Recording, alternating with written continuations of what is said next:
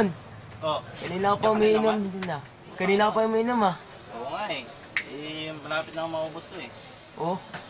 Hindi, may tanong lang kami kasi yung ano, sino ba yung yung babaeng nag-aakusa kay Bong Navarro na rape daw?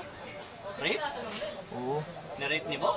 Oo, sabi niya Kala ko ba si Dennis Cornejo lang yung putang ng tindera ng balot dun sa may kanto? Meron daw yung, di ko alam yun, supermodel ba yun? Supermodel. Hindi kasi ganito yun.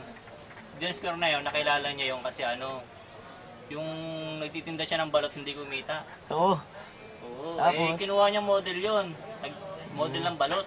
Model ng balot? Oo. Para kumita. Para kumita siya. Walang walang tawag na ito. Walang di bumenta sa magazine eh. Oo, humingi siya ng tulong kay kay Bong Navarro. Sa tingin mo lang, totoo kayang ni-rape ni Bong yun? Ni-rape ni Bong? Hindi si Bong ng rape do? Sino pala? Medyo overt. Medyo overt. Maubos na to eh. Wala ka ba dyan? Wala eh. Sino mong pwede magbigay sa akin yan?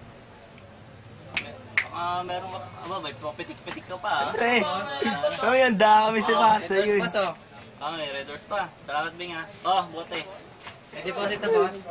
Sige, lumang ka na lang dyan. O paano, tatagin mo na ako. Sige, tirayan mo na.